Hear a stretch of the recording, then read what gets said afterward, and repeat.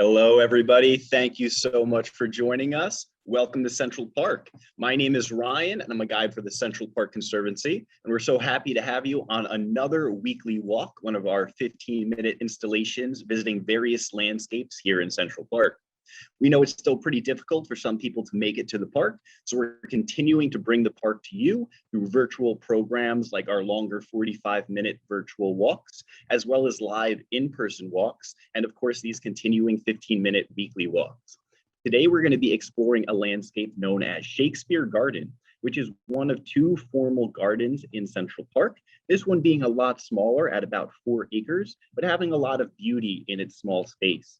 We're going to take a nice rainy day walk to and through the park as we make our way to Shakespeare Garden.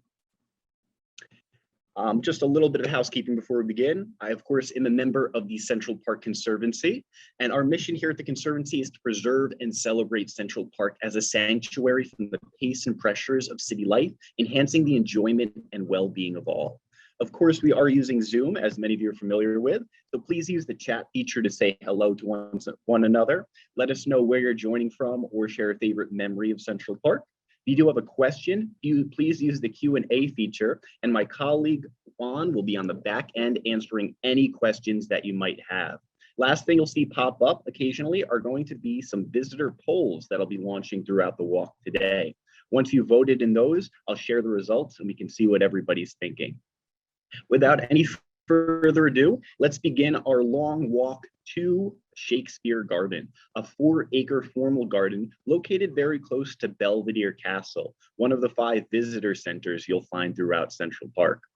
As we take a walk today, we'll start ourselves on the west side of Central Park, right along 8th Avenue or Central Park West, near 81st Street. As we enter the park, we're going to come in on a nice rainy day. As always, all the pictures you're going to see were taken here by myself in Central Park over the past week or so. And of course, we got a good amount of rain last week. So we're going to be walking through a nice, wet, and really seldom explored park because it is really raining a lot today. So as we start making our way in this pouring rain, we'll enjoy the park, getting it basically to ourselves, only for really the brave people that want to come out and get a little wet. So as we enter the park at this entrance, we can enjoy some of the subtle beauty that comes from the rain, like the little water droplets lining these oak leaf hydrangeas, a plant that we can eventually start to see really bursting all over the park, but really becoming especially prominent in this fall season when we get some of those reds and purple kind of colors that come out, which is a color you never really think you're going to see in the fall, but you can still find purple and even blue colors on the foliage here in Central Park. As we move a little bit further in, we can see some of the smaller details that really are captured from this nice glistening rainstorm that's passing by. As we do come by this area, we can really notice something else that's very fitting for this rainy day, the Diana Ross Playground. And while a playground might not be the best thing to do during a rainstorm, it is very fitting that we're passing this on or during a rainstorm. This Diana Ross Playground would come around 1986, and largely it actually came from a donation from Diana Ross herself. This playground was actually fundraised through a Diana Ross concert that occurred nearby on the Great Lawn. In 1983, Diana Ross would perform on Central Park's Great Lawn on July 21st. Unfortunately, just like today, that day would be met with immense amounts of rain as well as heavy winds. We can see this photo here by Jim Wilson from the New York Times, which shows the amount of rain that was coming, as well as up to about 50-mile-per-hour winds. That storm actually knocked out power for about 40 to 50,000 people living in New York City. Diana Ross continued performing for about 45 minutes into the show. 45 minutes into the show before the rain and wind got too extreme and the show had to be called off. Luckily, the Parks Department announced that it was safe for people to return the next day, and July 22nd, 1983, the concert would go off without a hitch, with Diana Ross performing the entire show. Unfortunately, because of the basically 2 different dates of this concert, the fundraising event or aspect didn't really fully come to fruition, and we didn't get too much money to build a park. But because of this, Diana Ross made a big donation herself, which allowed this park to be created around 1980, or allowed this playground rather to be created around 1986. As we move through the rain, we can enjoy what almost feels like nighttime, even though it's the middle of the day. One fun aspect about the clouds. And as we do walk in, of course, it is raining a lot. And even though it just started, we're already getting these kind of puddles and areas forming. And during this time, it's fun to appreciate the things we don't notice, like really bare sewers. One of the reasons it doesn't tend to pool up too much in the park, we don't get too many puddles and areas like that, is thanks to our wonderful operations team who are constantly moving around, making sure all the sewage, drainage, and irrigation are clear, so we don't have to stomp through these really deep puddles. And also so the park and its landscapes don't get heavy damage. If you ever have a nice, casual, easygoing walk throughout the park, you can thank our operations staff for all the hard work they do to remove leaves, debris, and trash that might otherwise clog up and create lakes or huge puddles around the park. As we move by too, we can also notice some other type of people, or rather wildlife in the park taking shelter. Anybody see the little animal we have here, conveniently using this piece of Manhattan schist to stay dry? If we zoom in a little bit, we can see a friendly little pigeon huddled down underneath this rock, enjoying one of the few dry spots in the park today.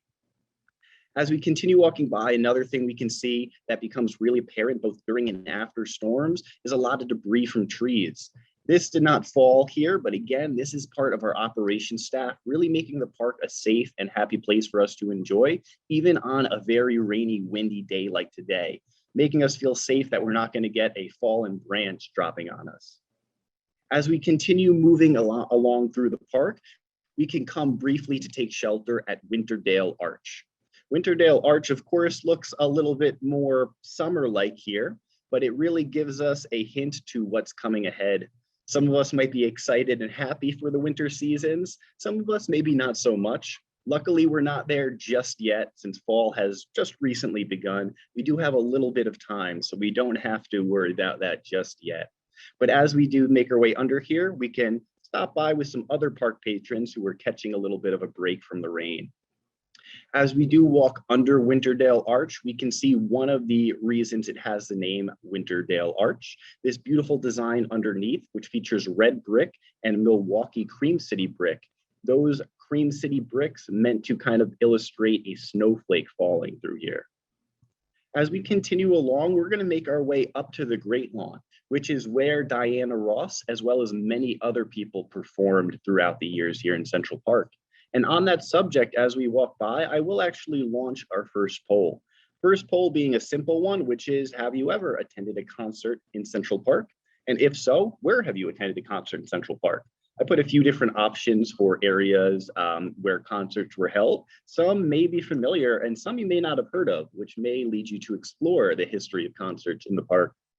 As we do come through Winterdale though Arch, we do see a nice little viburnum shrub, adding a different leathery type of look to this rainy landscape, as well as providing a nice little red berry that I'm sure birds are enjoying, but also give us that, again, almost winter type of feeling that is lurking just down the road.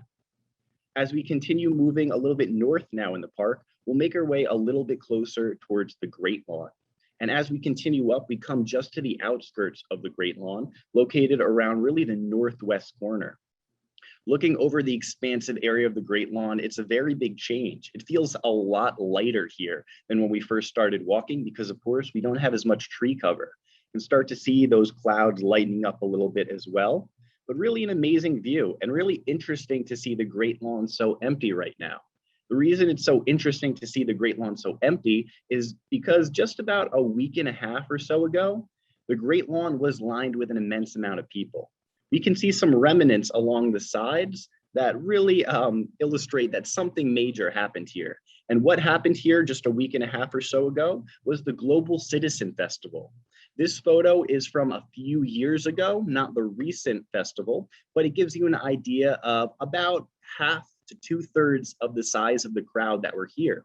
Estimated to be probably between about 40 to 60,000 people. We can see a good portion of the crowd that filled the Great Lawn back on September 26th, I believe it was, just a couple weeks ago. We can see really how many people were crammed onto the Great Lawn. These events, of course, have historically been happening since the 1980s and still occur to this day. And while they are very great events, they do leave a little bit of damage to many of the lawns. You will see the Great Lawn getting a little bit of wear and tear, but don't worry, it will return to its former green glory soon enough. One of the major things we do after events like this is allowing lawns to rest. And right now, you won't see any fencing along the Great Lawn as the finishing of unloading equipment and things like that occurs. But shortly, we will see fences returning to the Great Lawn, allowing the Great Lawn to be closed for at least another month or two to heal, and then again closed during the winter to allow the lawn to really regenerate and really heal itself. So it'll be ready to go back in spring for people to come picnic on, and of course, play softball and baseball diamonds. As we make our way down south around the Great Lawn, we're coming that much closer to the Shakespeare Garden, the area we've come to see. And as we wrap along, we can see a few other leaves changing on this weeping Hygan cherry tree. This weeping Hygan cherry tree with its yellow change is a sign that, again, fall, all that foliage, as well as what lurks behind it, winter, is on its way. So as we start to see the change in weather, we see moisture decreasing, the angle of sun dropping, we're going to start to see these trees entering this hibernation-like state, providing, of course, beautiful colors like this little tease we have here right now. As we walk by closer to the Shakespeare Garden, we're coming by the Delacorte Theater. The Delacorte Theater, many of you probably know from past walks or firsthand experience, is where Shakespeare in the Park is held, a gift of Mr. George Delacorte, as well as the statues outside, which are also gifts from Mr. George Delacorte. Here we can see the Tempest. And I always love, especially different conditions of weather, taking a moment to appreciate the subtle beauty of statues during a different time. During rain is my favorite time to look at statues because I love seeing them glisten. I love seeing the water droplets fall off hands and different features. So during these times, I always like to come a little closer and get a different perspective on some of these statues we may have seen 100 times over. But an interesting, different perspective of the Tempest statue we can see here, just outside the Delacorte Theater.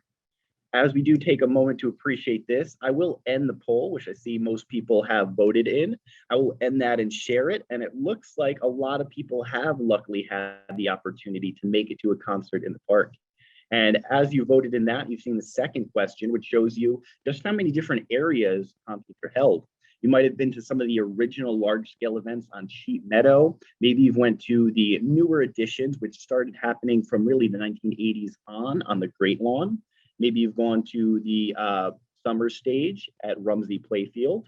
Maybe you've attended Great Jazz on the Great Hill, a Harlem Near Performance Festival, or maybe you've even made it to a Schaefer concert series, part of the Schaefer Music Festival, which occurred between about 1965 and 1977 at Woolman Rink. Really cool piece of history there if you're not familiar with that. Thank you everybody for voting in that. I will share another poll in just a moment, but for now, let's make our way to our destination we came to see, Shakespeare Garden. Shakespeare Garden, again, an area we've visited before, but always a beautiful one, even in the rain. And as we make our way closer, we see this kind of whimsical, almost mysterious looking lit up building here. What is this building? It's something that's oh so hard to find in Manhattan, but something that's so appreciated, a public restroom. This little building just outside the Delacorte Theater will be your saving grace if you ever need a restroom while you're visiting the area near the Belvedere Castle, Shakespeare Garden, Great Lawn, or Turtle Pond area. So as we make our way by here, we can relieve ourselves. All that pouring rain certainly has us going. So as we continue up, we can enjoy some different types of color sticking through the gray clouds, these being a type of sunflower, I believe a wild sunflower. If you joined us last week for a weekly walk, you may have heard from Juan talking about some of these sunflowers and their ability to really track the sun, which is why they're called sunflowers. Not too much sun out today, so we can see them all kind of being a little bit more individual in their growth. As we walk by, we can see a little red as well coming from some cardinal flower, something that's been especially prominent the past few months as we've been taking walks through the park. Continuing past that, we can see the lovely wooden fence, one of my favorite parts of Shakespeare Garden. It really symbolizes that we're somewhere a little bit more rustic, somewhere a little bit more picturesque. And as we come a little closer, we can enjoy some obedient plant, a nice lavender type of hue that's added to this landscape. And while we're actually sitting underneath a small little tree, right as the rain is picking up, we'll take a moment to stay a little dry. And we can also notice something actually sticking out just in the back here. What we can notice is a plaque. About 15 or so different plaques, I think actually 16 plaques, can be found throughout the Shakespeare Garden area, all of which will mention specific lines from Shakespeare plays, sonnets, or short stories, mentioning, you guessed it, different types of flora or flowers. And Shakespeare Garden, as you probably know, is a garden that contains flora that are mentioned from Shakespeare plays, novels, short stories, or sonnets. So about 150 or so different plants, roughly about maybe about half of what Shakespeare actually mentioned in his work can be found within this garden, as well as a few plaques like this one from A Midsummer Night's Dream, which gives a little nod to some of the plants that may be growing here. As we walk a little bit more south along Shakespeare Garden, we can enjoy what Shakespeare Garden is, a small formal garden built on a large cropping of Manhattan schist, the bedrock of New York. Really amazing when you see the beauty of the garden and realize how unnatural in a way it really is. Thanks to our staff gardener, Larry Bose, who oversees Shakespeare Garden, we get beautiful color that exists during all seasons, even on a cloudy, rainy day like today. Coming through this area, we can see a favorite plant of mine that grows throughout here, which is Japanese quince. Japanese quince having a nice, really subtle salmony pink flower and also producing quince, little fruits that we can see popping up during various seasons, maybe providing food for plenty of insects and little animals like squirrels and chipmunks. As we come a little bit further down, we can come see the Swedish cottage, which is located at the south edge of Shakespeare Garden. The Swedish cottage, you may have heard from past weekly walks, was originally displayed at the Centennial Exposition, which is basically a World's Fair held in Philadelphia in the late 1800s. It would eventually be sent over here, where it would serve as an entomology lab, basically a lab that has a bunch of bugs in it, like a bug museum is what you can consider that. And then eventually it would become what it is today, the home for the Marionette Theater Group that still performs free public marionette theater programs. And this troupe is actually the oldest remaining theater group of its kind here in the United States. Of course, the recent pandemic has affected the schedule, but if you do check online on the New York City Parks page, you can find information about different plays that are coming up. As we make our way into the garden, we can enjoy a last stop or two as we wrap into this small 4-acre garden. And of course, we visited this area before, so we're not going to spend too much time diving into the history now. But if you do check back on our past weekly walks of Shakespeare Garden, you can learn a whole bunch about this garden and its history, as well as explore a few paths we won't get to today on our walk. As we do make our way up these really drawing stairs that bring us into the garden, we pass by all this green and then get some welcomed color in the form of various flowers. You can see some more quince and different yellow kind of weeds growing around, but really a nice little color for this otherwise gray day. As we come up, we can notice a plant growing all over the park, which is yew. Something we can see if we take a little closer look are these little almost berry looking like things. They might be considered fruits, or we might think they're considered fruits, but they're actually not. These are something called arils, A-R-I-L.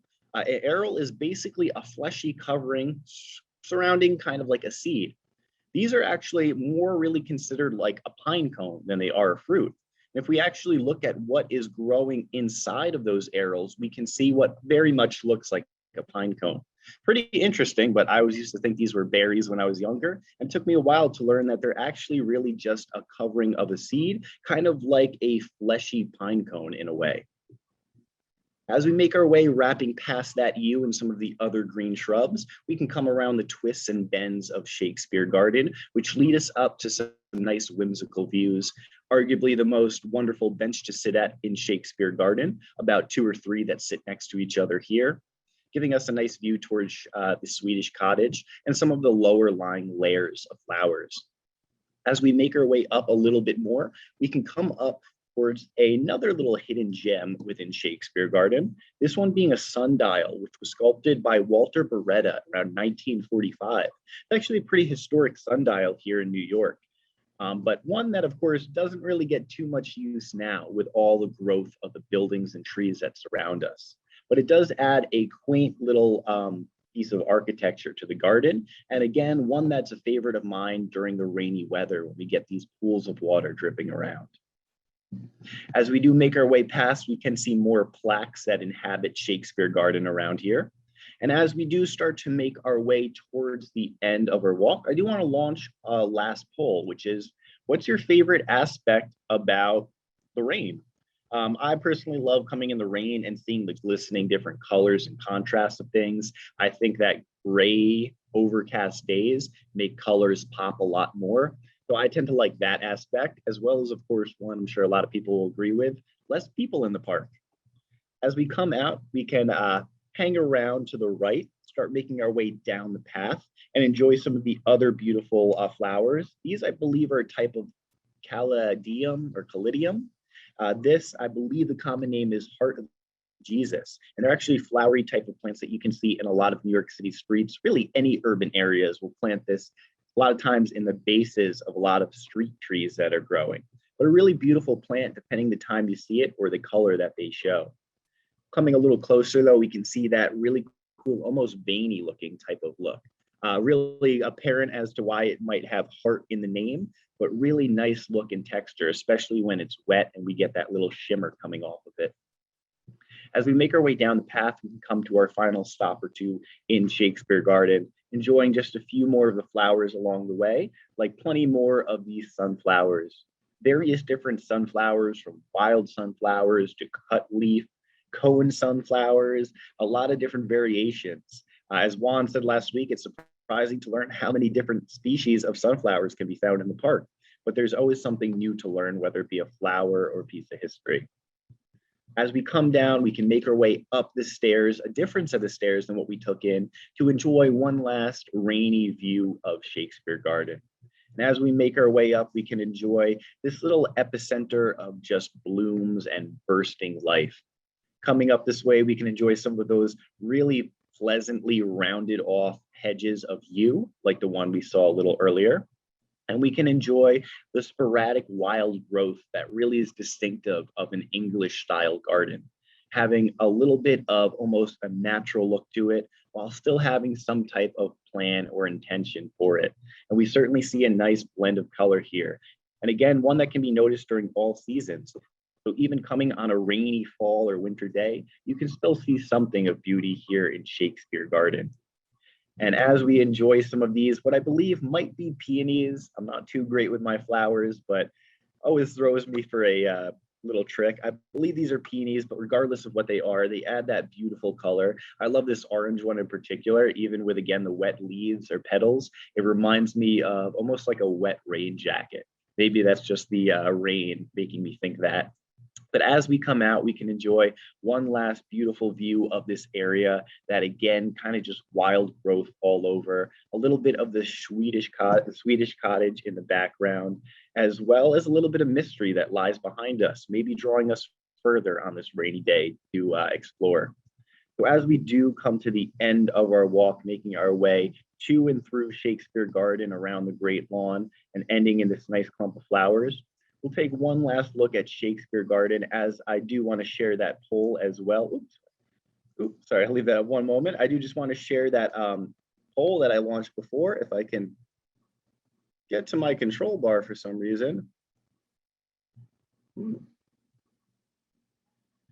Oh, sorry about that. Just for some reason, having trouble getting to my control bar on Zoom.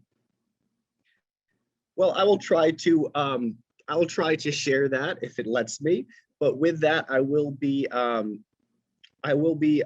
ending our walk today. Sorry, I'm having a little bit of trouble here at the end, but hopefully I can get that poll up for you. But if not, I do want to again thank you for joining us and supporting us here at the Conservancy. We really love doing these walks, and we couldn't do them without you. And of course, the park needs us and the park needs you. What is it about Central Park that you need the most? We'd love to hear it from you if you want to let us know with the hashtag the park needs us, and we can feature it on our social media channels. But we really appreciate all the support you give us for these walks. And of course, if you do have any maybe suggestions for future walks or things you want to learn about, certainly let us know in the chat section. I will leave the room open for a little bit longer just in case we do have any last minute questions or things like that. But thank you again, everybody, so much for joining us. From all of us here at the Central Park Conservancy, stay safe, be well, and we'll see you soon.